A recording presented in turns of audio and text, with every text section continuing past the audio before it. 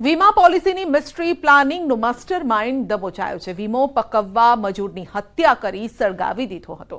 બનાસકાંઠાના ધનપુરા નજીકની આ ઘટના છે અને આરોપી ભગવાનસિંહ રાજપૂતની એસીબીએ ધરપકડ કરી છે. એસીબીએ લોકેશન ટ્રેસિંગ અને બાતમીના આધારે ધરપકડ કરી છે. આરોપી ભગવાનસિંહ રાજપૂતને પાલનપુર લવાયો. મહત્વનું છે કે આરોપીએ વીમો પકવવા માટે ધનપુરા નજીક વિરમપુરના વ્યક્તિનું અપહરણ કરી તેની હત્યા કરી.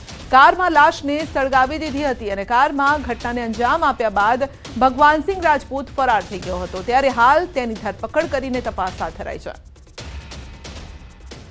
પોલીસે આ સમગ્ર વસ્તુને ધ્યાનમાં રાખી અને એફએસએલની ટીમને ત્યાં મોકલીને તમામ એવિડન્સને એકઠા કરેલા છે અને ગણતરીના દિવસોમાં જ 7 જેટલા આરોપીઓની ધરપકડ કરેલી છે અને સાથે સાથે 2 યુવકો કે જેમણે લાશ બહાર કાઢવાનું કામ કર્યું હતું તેને પણ અટક કરેલી છે. આમ કરીને પોલીસ દ્વારા અત્યાર સુધીમાં કુલ 9 જેટલા આરોપીઓની અટક કરવામાં આવી છે. લકી ડ્રોનો મહાઠગ પોલીસ સકંજામાં છે. આરોપી અશોક માળીની પોલીસે કરી છે અટકાયત. બાતમીના આધારે અશોક માળીની અટકાયત કરાઈ છે. પોલીસે અન્ય 2 આરોપીની પણ અટકાયત કરી છે. ઇનામી છેતરપિંડી હેઠળ ગુનો દાખલ થયો હતો.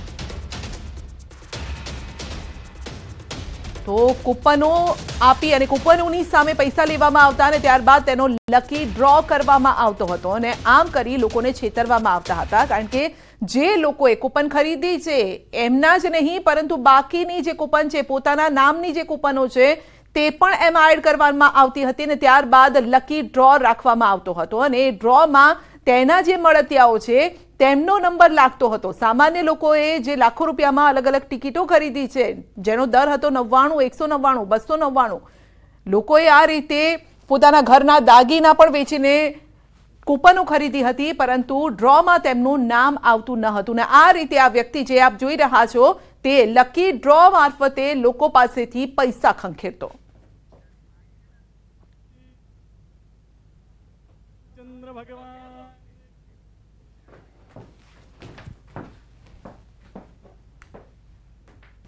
અને હવે વાત કરીશું ચીનના નવા વાયરસની.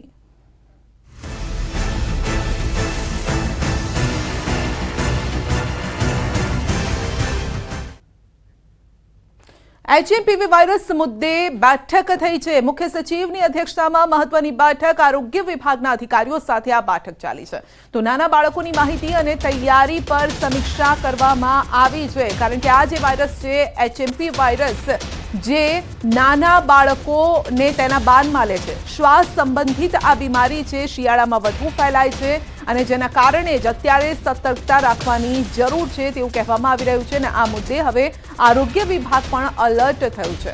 નાના બાળકોની માહિતી મેળવવામાં આવી છે. ખાસ કરીને જે ચિલ્ડ્રન હોસ્પિટલ્સ છે ત્યાં પણ એક અલર્ટ મોકલવામાં આવ્યું છે.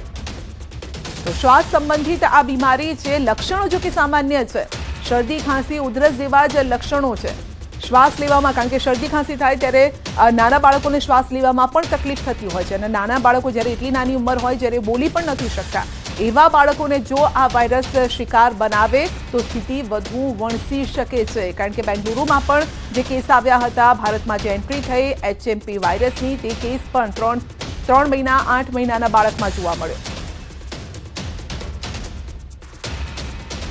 તો HMP વાયરસને લઈને જામનગરમાં આરોગ્ય વિભાગ સતર્ક છે. ગુરુ ગોવિંદસિંહજી હોસ્પિટલમાં યોજાઈ ખાસ બેઠક. કોરોના બાદ વધુ એક વાયરસને લઈને આ ખાસ અલાયદો વોર્ડ તૈયાર કરાયો છે. આઇસોલેશન વોર્ડમાં 25 થી 30 બેડની વ્યવસ્થા કરાઈ છે. ઓક્સિજન, વેન્ટિલેટર સહિતની તમામ વ્યવસ્થા સાથે તબીબી સ્ટાફ સજ્જ થયો છે.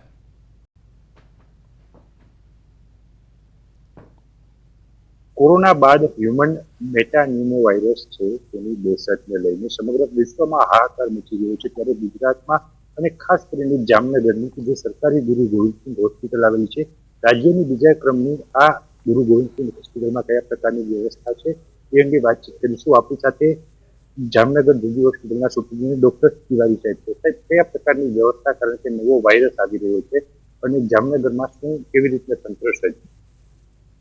ગુજરાત સરકાર તરફથી આપણને તૈયાર રહેવા માટે માર્ગદર્શન મળેલ છે. એમાં એક મુખ્ય માર્ગદર્શન એવું છે કે આ રોગ એટલો ગંભીર નથી એટલે ચિંતા ના કરવી. બીજું માર્ગદર્શન એવું છે કે આપના માધ્યમથી પબ્લિક જ્યાં પણ હોય એટલે એમને જ્યારે ગંભીર પરિસ્થિતિ લાગે, બાળકોમાં તાવની તબિયતની ન્યુમોનિયા જેવી બીમારી હોય, એટલે શરદી, ઉધરસ અને બાળકમાં ગંભીર લક્ષણો દેખાય, સુસ્તીના કે ખાવા પીવાનું અથવા આંચકી આવે કે, તો એવા સંજોગોમાં તબીબનું અથવા નજીકનું આરોગ્યનું સંપર્ક કરવું જોઈએ. તો આ બે અગત્યના મુદ્દા છે. બીજું છે કે આપણે જેમ કીધું કે દહેશત ના હોવી જોઈએ, એ કેમ કે આ બીમારી એટલી ગંભીર નથી. અને સાથે અમારા ત્યાં મીટિંગ થઈ અને એની અંદર અમે તપાસ માટેના સાધનો બાબત, ઓક્સિજનની તૈયારી, એ બધું આપણે સંકલન કરેલું છે બધા વિભાગો સાથે.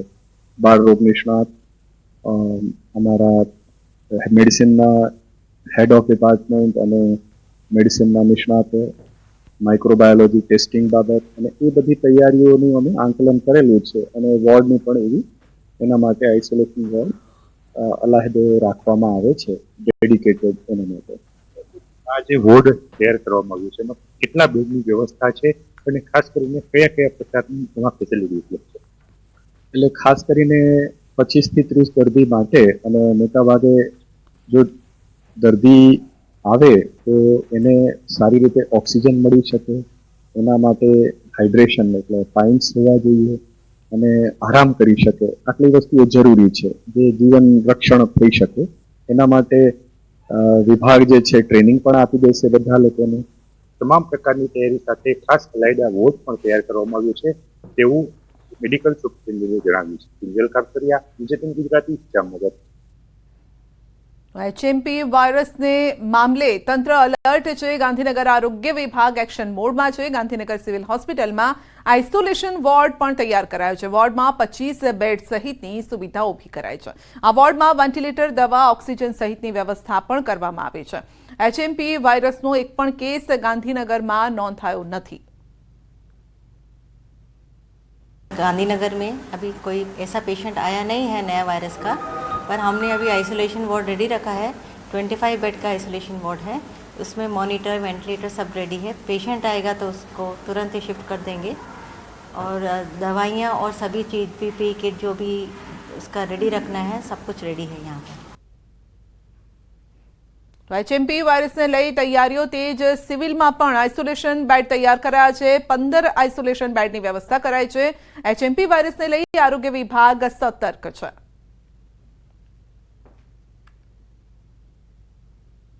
અમે 15 બેડ એટલે કે 10 બેડ સિવિલમાં, 5 બેડ અહીંયા 1200 બેડમાં બાળકોના વિભાગમાં, એમ કરીને 15 બેડની આઇસોલેશનની વ્યવસ્થા કરી છે કે કોઈ પણ દર્દી આવે તો એને આપણે ઇમિડિયેટલી દાખલ કરી શકીએ.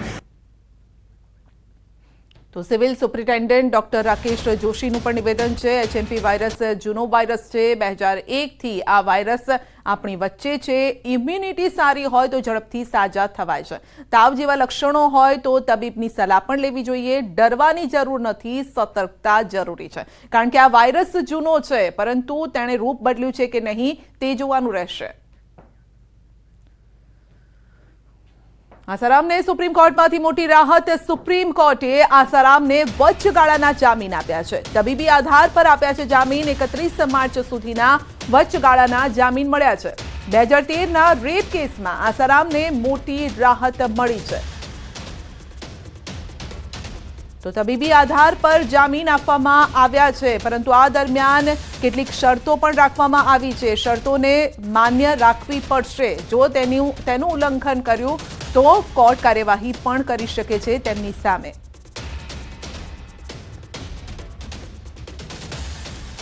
જૂનાગઢ ભૂતનાથ મંદિરમાં ગાદીના વિવાદ મામલે ભૂતનાથ મંદિરના મહંત શિવગીરીએ કર્યો છે મહત્વનો ખુલાસો.